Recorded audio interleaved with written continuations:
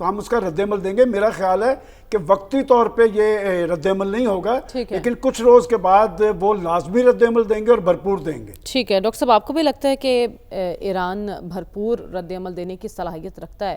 اور اس وقت دنیا میں چل کیا رہا ہے؟ ایک طرف ہم دیکھ رہے ہیں روس یوکرین تنازع ہے, ابھی پاک بھارت کشیدگی کچھ کم ہوئی ہے, پھر اسرائیل فلسطینیوں کے ساتھ الجھا ہوا ہے, اور پھر اب ایران کے ساتھ الجھنے کی بھی اس نے کوشش شروع کر دی ہے. تو اس حملے کے اس خطے پر اثرات آپ کیا دیکھ رہے ہیں؟ دیکھیے, اب جو پیٹرن ہے گلوبل پالیٹکس کا, اس میں جنگیں ریجنل لیول پہ ہوتی ہیں بجائے عالمی جنگ ہونے کے. ریجنل لیول پہ ہے جو آپ نے جن جنگوں کا ذکر کیا ہے, اور جو اس وقت جو اسرائیل نے کارروائی کی ہے وہ ظاہر ہے کہ اس میں ایک تو مقصد تھا کہ ایران کا جو نیوکلیئر پروگرام ہے اس کو انڈرمائن کیا جائے. آپ کو یاد رکھنا چاہیے کہ 1980 میں اسرائیل نے عراق کے نیوکلیئر پروگرام پہ بھی حملہ کیا تھا, اور وہ ان کا سینٹر ورچولی ڈسٹروائے کر دیا تھا اس نے. اب یہاں انہوں نے ایک مقصد یہ تھا, دوسرا ان کا مقصد یہی تھا کہ جو امریکہ اور ایران کی گفتگو ہے وہ آگے نہ چل سکے, کیونکہ اسرائیل اس بات کا مخالف تھا کہ امریکہ اس سے ایران سے ڈائیلاگ کرے. وہ چاہتا یہ تھا کہ امریکہ بھی وہی پالیسی اڈاپٹ کرے جو کہ اسرائیل کی پالیسی ایران کی طرف ہے. امریکہ کیا چاہتا ہے اس پر؟ امریکہ جو چاہتا ہے کہ ایران کا نیوکلیئر پروگرام ختم ہو جائے, اور جو اسرائیل کی جو مخالف کنٹریز ہیں ان کو آہستہ آہستہ نیوٹرلائز کر دیا جائے. دیکھیں نا, لیبیا تھا, لیبیا فارغ ہوا, سیریا تھا, سیریا فارغ ہوا, لبنان پہ بھی حزب اللہ تھی, حزب اللہ کو کمزور کر دیا گیا, یمن میں ہوتی تھے ان پہ حملے ہوئے, اور اگر عراق میں اس وقت صدام کی حکومت ہوتی تو عراق پہ بھی حملہ ہوتا. اور اب رہا باقی ایک ملک رہ گیا تھا پورے مڈل ایسٹ میں جو اسرائیل کے سامنے ایک پوزیشن لیتا تھا, جو حماس کی سپورٹ کرتا تھا, حزب اللہ کی سپورٹ کرتا تھا. تو اب اس کو پھینٹی لگانی ضروری تھا.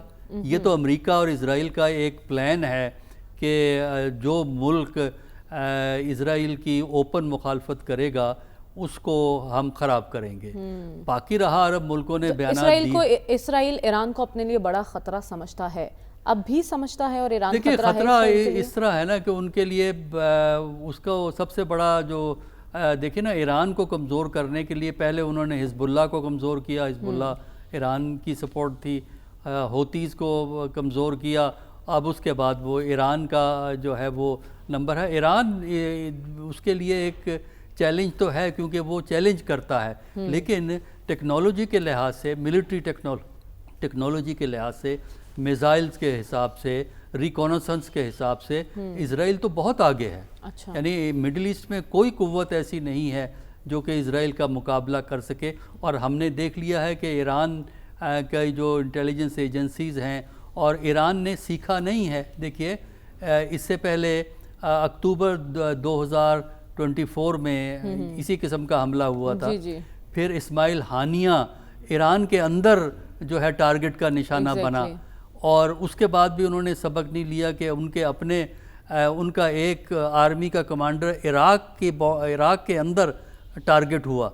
تو جب ان کو پتہ ہے کہ اسرائیل جو ہے نہ صرف ٹارگٹ کرتا ہے انسٹالیشن کو بلکہ اہم پرسنالٹیز کو ڈی مورلائز کرنے کے لیے, تو اس کے باوجود انہوں نے کوئی اب جیسا کہ ٹرمپ نے کہا نا, جتنے لوگ مخالفت کرنے والے تھے یا سخت گیر جن کا موقف تھا وہ سب مر چکے ہیں, تو اب ڈیل کریں آ کر. دیکھیں اس میں تو بنیادی طور پر ایران میں کی ان کا خیال یہ ہے کہ اس طریقے سے ایران کی رجیم کولیپس کر جائے گی, جس کا کہ امکان کوئی نظر نہیں آتا, کیونکہ جو ان کو ریپلیس کریں گے وہ اسی سوچ کے اسی انداز کے لوگ ہوں گے, تو رجیم کے انٹرنل کولیپس کا تو امکان نہیں ہے. لیکن ایکسٹرنل کولیپس اسی طرح ہے نا کہ امریکہ اسرائیل کے ذریعے ایران پہ پریشر جو ہے وہ ڈالے گا. اب تک جو ایران کا رسپانس آیا ہے وہ کافی ریسٹرینٹ کا رسپانس ہے. ایران نے کچھ ڈرون بھیجے ہیں اسرائیل کی طرف, لیکن ہمارا خیال یہ تھا کہ کہیں ایران امریکی مفادات کو ہٹ نہ کرے مڈل ایسٹرن کنٹریز میں, اس سے یہ جنگ پھیلنے کا اندیشہ تھا. تو اب تک تو اس نے ریسٹرینٹ سے کام لیا ہے کہ اسرائیل ممکنہ رد عمل ایران کا کیا ہو سکتا ہے؟ دیکھیے ایران کے پاس یہ پرابلم یہ ہے کہ ایران کے پاس ایسی ٹیکنالوجی نہیں ہے جو کہ اسرائیل کو سپرسیڈ کر سکے. وہ ان کے پاس میزائل ہے، میزائل ٹیکنالوجی ایران کے پاس ہے.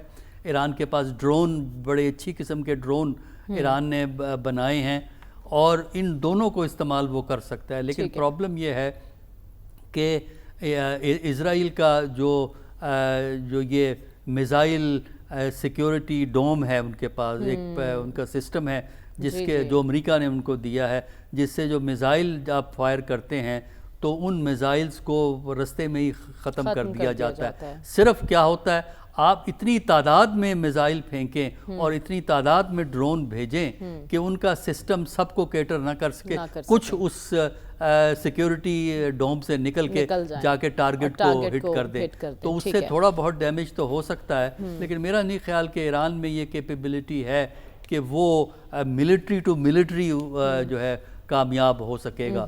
اس کے لیے ڈپلومیسی کا استعمال بہت ضروری ہے اور اس کے لیے یو این اور بین الاقوامی طور پر کس طرح اس معاملے کو ڈیل کیا جائے. مذمت تو سب کر رہے ہیں اور اسپیشلی جو اسلامک کنٹریز ہیں ان کی مذمت کس حد تک کارگر ہو سکتی ہے؟ ان کی مذمت تو بے معنی ہے نا. ایک ریزولوشن پاس کر دو، ایک قرارداد پاس کر دو، ایک بیان جاری کر دو، اس سے ایران کی مدد نہیں ہوتی. کیا فزیکلی کوئی ایران کی مدد کرنے کو تیار ہے؟ کوئی عرب کنٹری ایران کی مدد نہیں کرے گا. کیا یہ جو ہے اسرائیل کے حوالے سے کوئی امریکہ پہ مڈل ایسٹرن کنٹری پریشر ڈالنے کو تیار ہے؟ آج تک نہیں کیا. دیکھیں نا، حماس کے خلاف جینوسائیڈ اسرائیل نے غزہ میں کیا ہے، بس وہی بیان دے دیا، قراردادیں پاس کر دی، کوئی امریکہ کے خلاف ریئیکشن نہیں تھا. ابھی امریکی پریزیڈنٹ سعودی عربیہ، یو اے ای اور قطر وغیرہ میں آ کے گئے ہیں، بڑی بڑی ڈیلیں سائن کر کے گئے ہیں.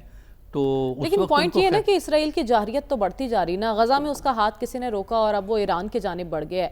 تو یہ جارحیت بڑھتے بڑھتے اس خطے پر کس حد تک اثر انداز ہو سکتی ہے رسول بخش رئیس صاحب؟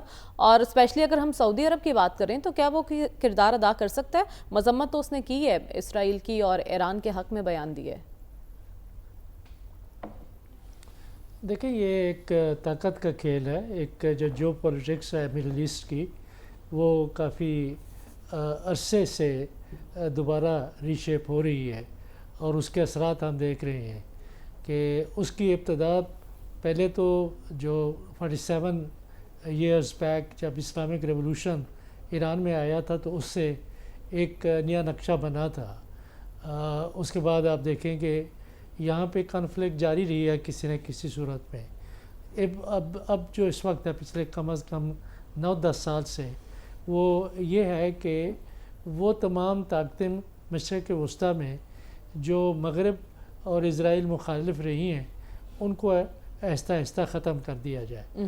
اس کی ابتدا تو ظاہر ہے کہ مصر سے ہوئی تھی اور مصر کے بغیر تو کوئی مزاحمت جاری رہ نہیں سکتی تھی.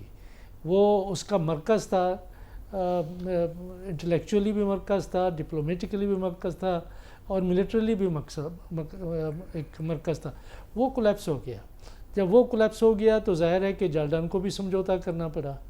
جارڈن نے سمجھوتا کیا تو اس کے بعد پھر یو اے ای، سعودی عرب، قطر، ان سب کو سمجھوتے کرنے پڑے کہ ہم کنفرنٹیشن نہیں چاہتے.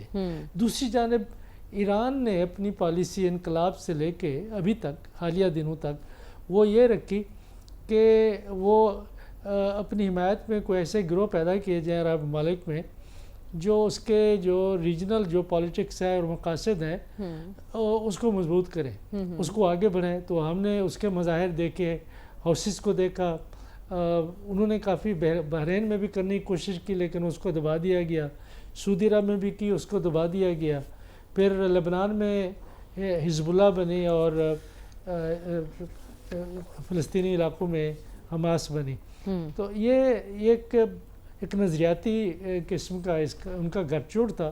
اب پہلے اسرائیل اور امریکہ نے یہ کیا ہے کہ جو ان کے دست و بازو تھے یا وہ ریاستیں جی جو کسی طریقے سے ان کو کوئی مالی مدد فراہم کر سکتی تھیں ان کو ختم کیا. لیبیا میں قذافی کو ختم کیا، شام میں حافظ الاسد کے بعد اس کے بشار الاسد کو ختم کیا.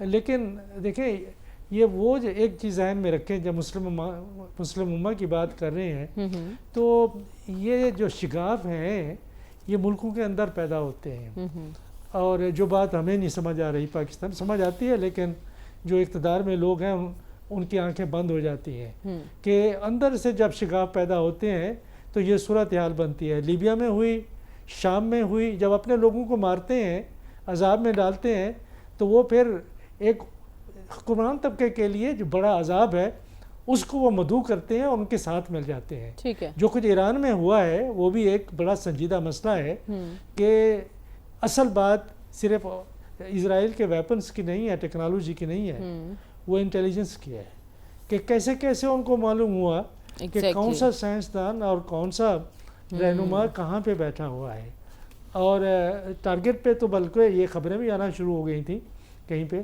کہ رہبر محترم رہبر صاحب جو ہے آیت اللہ خامنائی صاحب، جی خامنائی، وہ شہید ہو گئے ہیں۔ تو لیکن رسول بخش صاحب میں یہ جاننا چاہتی ہوں کہ اس سچویشن میں جب ایران یہ کہہ رہا ہے کہ یہ تو اعلان جنگ ہے اور دیگر ممالک بھی مان رہے ہیں کہ ایران کی خود مختاری اور سلامتی پر حملہ ہے، یہ کیا کوئی سفارتی کوششیں چل رہی ہوں گی اور کیا کوئی جنگ بندی کے لیے اس وقت دیگر ممالک بھی ایکٹیو آپ کو دکھائی دے رہے ہیں؟ پس پردہ کچھ چل رہا ہے؟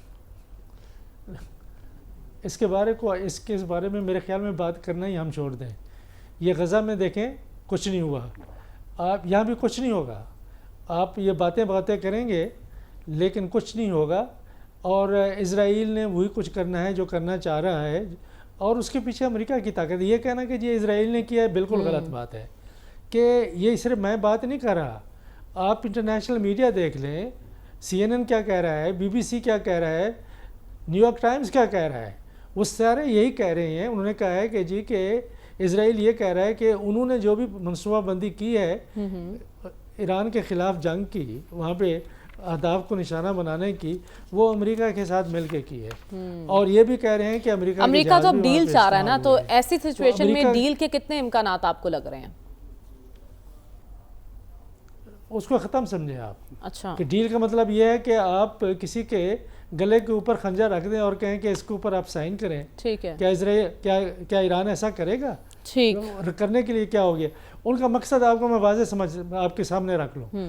اس میں ہمارے جن کو آپ امت مسلمہ کہتے ہیں بڑے اچھے لہجے میں، امت مسلمہ کے ایسے ممالک ہیں جو یہ چاہتے ہیں کہ ایران کا نیوکلیئر پروگرام تباہ کر دیا جائے۔ اچھا، اب میں بات تو نہیں کرنا چاہتا، لیکن جو چاہتے ہیں، یہ امت مسلمہ میں لوگ بیٹھے ہوئے ہیں جو ایران کو کمزور کرنا چاہتے ہیں، ایران کو تباہ کرنا چاہتے ہیں۔ امت مسلمہ میں لوگ بیٹھے ہوئے ہیں جو حماس کو تباہ کرنا چاہتے ہیں، جو فلسطینیوں کے خلاف ہیں۔ امت مسلمہ کی بات کرنا ہی چھوڑ دیں کہ امت مسلمہ تو اپنے آپ کو اندر سے تباہ کر رہی ہے۔ کتنا لوگ ہیں جو ایماندار ہیں، کتنا لوگ ہیں جن میں ورقت کا ہے، کتنا لوگ ہیں جو انصاف اور قانون اور اخلاق اور قدروں کی بات کرتے ہیں، مذہبی لبادیں پہنے ہوئے ہیں، لیکن اعمال بالکل مختلف قسم کے ہیں۔ تو ایران اس وقت تنہا ہے، ٹھیک ہے، اور ایران کو قیادت کو بھی سوچنا چاہیے کہ آخر وہ کیوں اپنے علاقے میں تنہا ہو کے رہ گئے۔ ایک پاکستان واحد ملک ہے اور یہاں کے عوام ہیں جو ہر صورت میں ایران کے ساتھ کھڑے ہوں گے۔ ایران کا موقف ہمارے دشمنوں کے بارے میں کچھ بھی ہو، لیکن ہمارا موقف یہ ہے کہ ہمیں میں اپنے ذاتی طور پر کہتا ہوں کہ اگر ہمیں اپنے جان کی قربانی بھی پڑی تو ہم ایران کے لیے جان کی قربانی بھی دینے کے لیے تیار ہیں، لیکن اصل فیصلے تو انہوں نے کرنے ہیں۔ اگلے جو لیکن اس وقت طاقتور لوگ ڈیل چاہتے ہیں اور آپ کہہ رہے ہیں کہ گن پوائنٹ پر تو ڈیل نہیں کروائی جا سکتی۔ خواجہ صاحب، آپ کی نظر میں یہ معاملہ کہاں جاتا ہوا دکھائی دے رہا ہے؟ کس حد تک یہ جنگ کے پھیلنے کے خطرات ہیں؟ کیا اس سے پہلے سب کچھ رک سکتا ہے؟ دیکھیں جی، یہ جب تک امریکہ اور اسرائیل کے اپنے گولز اچیو نہیں ہوتے یہ معاملہ چلتا رہے گا۔ اور یہ جو کہہ رہے ہیں کہ یونیلیٹرل اس کا ایکشن ہے جو مارک روبیو نے کہا صبح، میرا خیال ہے کہ کلیئر ہو گیا آج ٹرمپ صاحب کی ٹویٹ کے بعد، اور پیسے بھی سب سمجھتے ہیں اس بات کو کہ یہ ملی بھگت ہے، یہ امریکہ اور اسرائیل کی کولیجن تھی. ایرانی افواج نے بھی کہہ دیا نا کہ اسرائیل کے ساتھ امریکہ بھی قیمت چکائے گا اس کی. جی لیکن میں آپ کو تھوڑا سا کانٹیکسٹ بیان کر دوں تاکہ آپ کے پھر کویسچن کا جواب صحیح مل جائے گا. آپ دیکھیں یہ بڑا پلانڈ ایکشن ہے اور ویل ٹائمڈ ہے. پہلے حماس کے خلاف ایکشن ہوا, غزہ میں ایکشن ہوا, 55 سے 56 ہزار لوگ شہید ہو چکے ہیں. پھر حماس کے اسماعیل ہانیہ کو ریموو کیا, اس کے بعد لبنان پہ 5 اٹیک کیے, سیز فائر وائلیٹ کیا, اور پھر حسن نصر اللہ کو ایلیمنیٹ کیا. اس کے بعد ہوتیز کو اٹیک کیا اپنی نیوی کے تھرو. اسرائیل نے 5 جگہ اس سے جنگ سٹارٹ کی. سیریا میں آپ نے امریکہ نے بشار الاسد کو گھر بھیجا, اس کے بعد جو نئے پریزیڈنٹ شارا ہیں ان کو لوپ میں لیا. اس کے بعد آپ دیکھیں باقاعدہ طور پہ F-35 دیے گئے, 200 جہاز تھے اس کے پاس, اسرائیل کے پاس. وہ کس کے تھے؟ امریکہ کے F-16s, F-15s and F-35. اور پھر اس کی ریفیولنگ کی ایکسرسائز جو تھی وہ پورے 1 سال وہ کرتے رہے تاکہ وہ لانگ رینج سٹرائک کر سکے.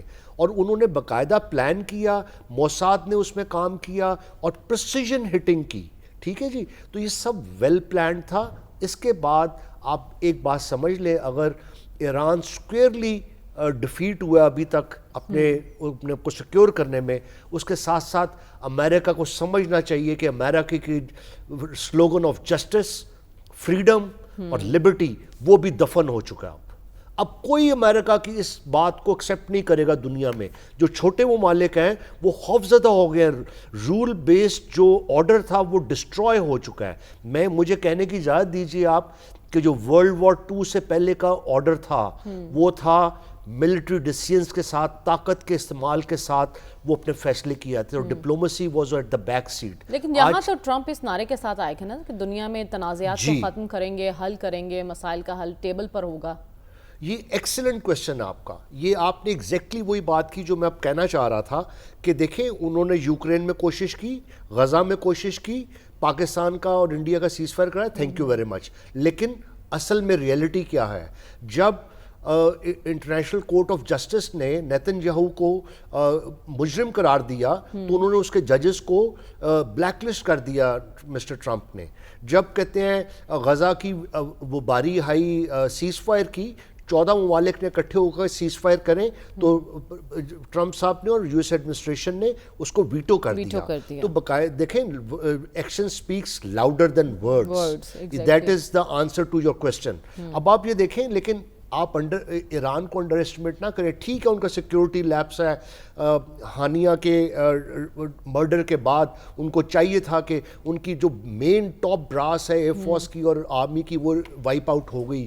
2 امپورٹنٹ سائنٹسٹ, 6 میں سے 2 ویری امپورٹنٹ, عباسی اور تہرانچی جو ہیں, doctor Tehranchi, they are very vital assets ان کو بڑی نیشنل پرائڈ تھی ان میں, وہ ریموو ہو گئے. اب ایران کیا کرے گا, کیا رد عمل دے سکتا ہے؟ دیکھیں رد عمل تو وہ میجرڈ ہوگا, تھوڑا وہ دیکھ کے کرے گا. I have little doubts about the capability, ballistic missile کی ان کے پاس کیپیبلٹی ہے. اب دیکھیں تبریز میں جو انہوں نے اٹیک کیا نا, وہاں پہ یہ سمجھ لیں کہ وہاں پہ ڈرونز وہ بناتے تھے, اور وہاں پہ ان کے جو لیکوڈ فیول بیسڈ میزائلز جو ہیں وہ جگہ تھی. تبریز ایئرپورٹ نہیں ہٹ کیا, انہوں نے بیسکلی 2 فیسلٹیز ہٹ کی. اب کتنی ہٹ ہوئی ہیں یہ اب ٹائم بتائے گا. تو اس کے لیے یہ ایران کے لیے بڑا وائٹل ہے کہ وہ اتوار کو ٹاکس میں جاتا نظر نہیں آتا. اس کی پبلک کا اتنا پریشر ہے اس کے اوپر کہ ان کو اب رسپونڈ کرنا پڑے گا, اور وہ رسپانس آئے گا. لیکن جہاں تک میں پھر مسلم کنٹریز کے لیے سب کو یہ ایڈریس کروں گا کہ آپ کے خیال سے اسرائیل اس مشن کے بعد کیا رک جائے گا؟ دس از اے بگ کویسچن. آپ دل پہ ہاتھ رکھ کے پوچھیں تو آنسر ہے نو. ہی از اے اگریسر, وہ مانسٹر ہے, اور he is a butcher of peace. Netanyahu جو ہے, ہی ول ناٹ اسٹاپ. تو خدا نہ خواستہ یہ جو مڈل ایسٹ کرائسس نہیں, یہ پورا گلوبل اسٹریٹجک یہ کہاں تک پھیل سکتی ہے, یہ ایک بڑا سوال ہے. لیکن آپ کہہ رہے ہیں کہ ایران رسپونڈ کرے گا, اس کا فیصلہ وہ خود کریں گے کہ وقت اور جو بھی ان کے ٹارگٹس ہیں ان کا تعین انہی کو کرنا ہے. ہمیں پروگرام میں آگے بڑھنا ہے, اور جب واپس آئیں گے تو بات کریں گے. بہت شور مچا ہے اسپیکر اور چیئرمین سینٹ کی تنخواہوں کا, ماجرا کیا ہے جان لیں گے اس بریک کے بعد. اسٹے ود اس.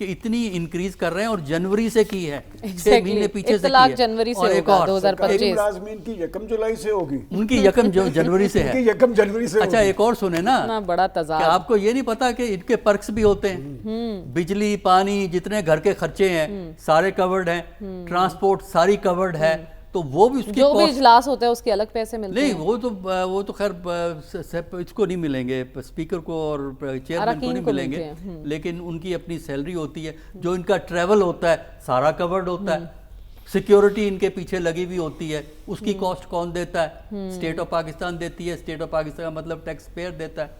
تو ہمارے ہاں تو یہ ایک رواج ہو گیا، دیکھیں نا ہماری حکومت جو بات کرتی ہے وہ بات کرتی ہے کہ جی ہم وہ جو لاس پہ ہیں ادارے ان کو ہم پرائیویٹائز کر دیں گے یا ختم کر دیں گے۔ کچھ ہوا ہے پچھلے 3-4 سال سے؟ یہ عمران کے زمانے سے چل رہا ہے قصہ، عمران کچھ نہیں کر سکا، اس کے بعد عمران کے بعد یہ لوگ آئے یہ بھی کچھ نہیں کر سکے، اور اپنے ان کے بعد بھی جو آئیں گے وہ کر سکیں گے، باتیں کرتے ہیں، اور اب ہمارے پرائم منسٹر صاحب دوسرے دن باہر کا دورہ کراتے ہیں، اس کی بھی تو کاسٹ کیلکولیٹ کریں نا پرائم منسٹر کے دوروں کی۔ تو یہ غریب عوام کے امیر حکمران ہیں۔ 4 ہفتے کے اندر کتنے دورے ہوئے ہیں، مطلب اس سے حاصل کیا ہوا ہے؟ بس شان ہے، بادشاہت ہے، حکومت ہے، راج ہے، جب تک چلتا ہے ہر چیز ہمارے ماتحت چلے گی، جب حالات بدلیں گے تو پھر ہم مظلوموں کی طرح اسلام کا بہانہ، اسلام کا حوالہ لیں گے، آئین کا سہارا لیں گے، عدالتوں کے حق میں گفتگو کریں گے۔ لیکن اس وقت جو مثالیں دی جا رہی ہیں وہ تو یورپ کی دی جا رہی ہیں کہ وہاں کا ٹیکس سسٹم ایسا ہے، لیکن یورپ کے حکمرانوں کی سادہ طرز زندگی سے یہ کچھ سیکھنے کو تیار نہیں ہے۔ تو رسول بخش رئی صاحب، غریب عوام کے امیر حکمرانوں کی یہ کارستانی کیسی لگی آپ کو، اور کیا آپ وزیر اعظم نے جو نوٹس لیے ہے اس پر کچھ عمل بھی ہوگا یا نہیں ہوگا؟ اس کے ذمہ دار وزیر اعظم ہیں، ذرا آپ اپنے آپ کو ذرا سمجھنے کی کوشش کریں، کیوں وزیر اعظم ہے؟ حکومت ان کی ہے کہ اگر وزیر اعظم آج چاہیں تو ایک سمری لکھ کے بھیج دیں کہ یہ پارلیمان کرپٹ ہے، اس پارلیمان کو آپ فارغ کریں اور نئے انتخابات کریں۔ یہ تو وزیر اعظم کے پاس عینی حق ہے۔ اور کیا یہ وزیر اعظم سوئے ہوئے تھے؟ اگر وزیر اعظم کو پتہ ہی نہیں ہے تو میرے خیال میں ان کو حکومت کرنی نہیں چاہیے۔ کبھی آپ نے دیکھا ہے، یہ وزیر اعظم صاحب کا صرف آپ طرز عمل دیکھ لیں، کبھی آپ نے دیکھا ہے کہ کسی ملک کا شکریہ ادا کرنے کے لیے آپ جہاز بھریں اور لوگوں کو لے جائیں کہ جی ہم آپ کا شکریہ ادا کرنے کے کس بات کا بھائی؟ کہ آپ نے جنگ بندی کروائی ہے۔ ایک طرف تو آپ یہ کہہ رہے ہیں کہ آپ جنگ جیت گئے ہیں اور فتح کے یہاں پہ جشن منائے جا رہے ہیں، جنگ جیت کے ہیں، آپ کو جنگ جیتنے کے لیے مبارکباد دینے کے لیے تو آپ کو عرب کے شہزادوں کو جہاز لے کے آنے چاہیے، آپ لوگوں کو جا رہے ہیں جی آپ کا شکریہ ادا کرنے کے لیے ہے کہ آپ نے جنگ بندی کرائی ہے۔ دیکھیں پہلے تو وہ حالات ہی پیدا نہ کریں کہ جہاں پہ کہ آپ کو جنگوں میں جانا چاہیے، یہ خطرناک کھیل نہیں کھیلنے چاہیے۔ یہ آپ دیکھیں کچھ غزہ اور ایران میں ہوا ہے، اور اگر آپ چاہتے ہیں کہ بحیثیت قوم اور ملک رہیں تو آپ کو یہ حکمران تبدیل کرنے ہوں گے۔ اگر آپ انہیں تبدیل نہیں کریں گے یہ آپ کا ملک تباہ کر دیں گے۔ یہ اگر آپ سمجھتے ہیں کہ آپ کا دشمن باہر بیٹھا ہوا ہے، دشمن آپ کے اندر بیٹھا ہوا ہے، اور وہ لوگ جو عوام کے اور پاکستان کے دشمن ہیں آج وہ پاکستان کے حکمران بنے ہوئے ہیں۔ میں یہ کھلم کھلا کہتا ہوں کہ جمہوریت میں ایک گنجائش ہوتی ہے، اس کے لیے ایک چیز کا احتیاط ہوتا ہے کہ اگر وہ لوگ جو عوام دشمن ہوں، عوام کی طاقت سے اگر اقتدار میں آ جائیں تو اس کا مداوع کیا ہوگا؟ اس کا مداوع ہوتا ہے آئین اور قانون کی حکمرانی میں، اس کا ہوتا ہے عدلیہ کی آزادی میں، اور جہاں پہ مافیا آ جاتے ہیں، کاٹل آ جاتے ہیں، جس طرح یہاں پہ سیاسی کاٹل آیا ہوا ہے اور جس کا آپ ذکر کر رہے ہیں تنخواہوں کے، یہ کاٹل ہے۔ کاٹل اور کیا ہوتا ہے؟ یہ لیٹن امریکہ میں ہوتے ہیں، وہاں سے سیکھ کے آئے ہیں، ان کو پتہ ہے کہ دولت کس طرح سے بنائی جاتی ہے، لوٹی جاتی ہے۔ وہاں پہ جب آ جائیں تو پھر لوگ وہی کرتے ہیں جو بنگلہ دیش میں ہوا ہے۔ یہاں ہوگا یا نہیں مجھے نہیں معلوم، لیکن لوگوں کی رائے آپ معلوم کر لیں، جا کے دیکھ لیں کہ آپ کے یہ حکمران جن کی آپ بات کر رہے ہیں وزیر اعظم صاحب، جا کے آپ جس طریقے سے آپ اور میں آزادی سے پھرتے ہیں اس ملک میں، آزادی سے پھر کے جو دیکھیں لوگ کیا حشر کرتے ہیں۔ یہ تو پاکستان ہے جہاں پہ ان کا اقتدار ہے، یہاں نہیں پھر سکتے۔ انگلینڈ میں دیکھیں، فرانس میں دیکھیں، امریکہ میں دیکھیں، وہ جتھے لے کے پھر رہے ہیں تاکہ کسی طریقے لیکن سے اس وقت تو ایک بڑا ایشو بن چکا ہے ان تنخواہوں کو لے کر، کیا یہ پریشر کارگر ہوگا رسول بخش رئیس صاحب؟ جو سوال دوبارہ کریں، میں بات کر رہا تھا سمجھ نہیں پایا. کیا یہ پریشر کارگر ہوگا کیونکہ یہ ایک بڑا ایشو بن چکا ہے اس وقت؟ دیکھیں یہ کئی ایشو ہم نے بنائے ہیں کہ ایشو آپ کو یاد ہے پچھلے سال جس طرح سے کسانوں کے ساتھ کیا ہے، ملک کی معیشت کے ساتھ کیا ہے، کتنا آپ نے پروگرام کیے، کتنا ہم نے باتیں کی، کیا ہوا؟ یہ بھی ہم بات کر رہے ہیں، کچھ بھی نہیں ہوگا. جو اس ملک کے اندر جو سلمان غنی صاحب بات کر رہے تھے، بالکل درست بات کہہ رہے ہیں کہ دیکھیں یہاں پہ کوئی سیاسی مخالفت کو، یہ صرف سیاسی مخالفت کو ختم کرنی ہوتا. ایک جو ہوتا ہے کہ آپ کے اندر کے اقدار کیا ہیں، وہ بالکل نہیں ہے. دوسرا یہ ہوتا ہے کہ وہ ادارے جو آپ کا احتساب کر سکتے، جو احتساب کر سکتے ادارے ایک ایک کر کے ان کو تباہ کیا ہے انہوں نے. اور آپ ان کو کہتے ہیں کہ جمہوری ہیں، جمہوری حکمران ہیں. میرے خیال میں جو لوگ ان کو لائے ہیں ان کو سوچنا پڑے گا کہ کن کو لے آئے ہیں، کن کو. اور میں تو دل جلتا ہے کہ ہمارا عوام، ہمارا ملک، بس مسئلہ یہی ہے نا، دل جل رہے ہیں لیکن چولہے نہیں جل رہے عوام کے. اور ہمارے جو حکمران ہیں ان کی عیاشیاں جو ہیں وہ ختم ہونے کو نہیں آ رہی. تنخواہوں میں 600% اضافہ کسی ملک میں ایسا ہم نے نہیں دیکھا، ایسی مثال کہیں نہیں ملتی. خواجہ صاحب یہ ایوان میں ایسی کون سی خدمت ہو رہی ہے کہ یکدم تنخواہوں میں اتنا اضافہ کر دیا گیا ہے؟ اور پارٹی کے اندر سے بھی رد عمل آیا ہے، اس کا کوئی اثر ہوگا؟ پہلے تو میں مبارکباد دیتا ہوں ڈاکٹر رسول بخش رئیس صاحب کو، پروفیسر صاحب کو، کہ انہوں نے جلتے دل سے بہت سارا سچ کہہ دیا. And I fully endorse what he has said and on a very serious note I am saying this thing. Second بات میں آپ کو بتاؤں کہ میں اپنا ایک پرسنل اگزامپل دیتا ہوں. میں پاکستان میں سب سے لانگسٹ سرونگ آفیسر ہوں جو چیف منسٹر صاحب شہباز شریف کے ساتھ 12.5 سال ان کی چیف منسٹرشپ میں رہا. اچھا. اور پہلا دور جو ان کا تھا اس میں میں جس شہباز شریف صاحب کو جانتا ہوں، وہ جب میٹنگ شروع ہوتی تھی اور میٹنگ اگر 9 بجے رات سے لیٹ ہو جاتی تھی تو اس میں دال چاول آتے تھے. لال بتی پہ وہ گاڑی میں رکتے تھے جیسے میں ان کے ساتھ بیٹھا ہوتا تھا. آگے کیبل کیڈ میں ایک موٹر بائک والا اور پیچھے ایک گاڑی چلتی تھی. کوئی بندہ سرکاری گاڑی مس چوز نہیں ہو سکتی تھی. پورے 2.5 سال ایک نئی گاڑی نہیں لی گئی تھی. یہ تھی آسٹیریٹی ڈرائیو، VVIP کلچر کو ختم کرنا. ٹھیک ہے جی. اس وقت کیا ہے؟ اس وقت قبضہ ہے اولیگارکی کا، اس وقت قبضہ ہے پاکستان میں سپر ایلیٹ کا. یہ خواجہ آصف صاحب نے لے لیا نوٹس. خواجہ آصف صاحب کی خود سیلری بڑی ہے. یہ سمبولک ہے، یہ صرف سیاست ہے، اس میں مت جائیے. بات یہ ہے کہ اس ملک میں غریب آدمی، متوسط طبقہ پس چکا ہے.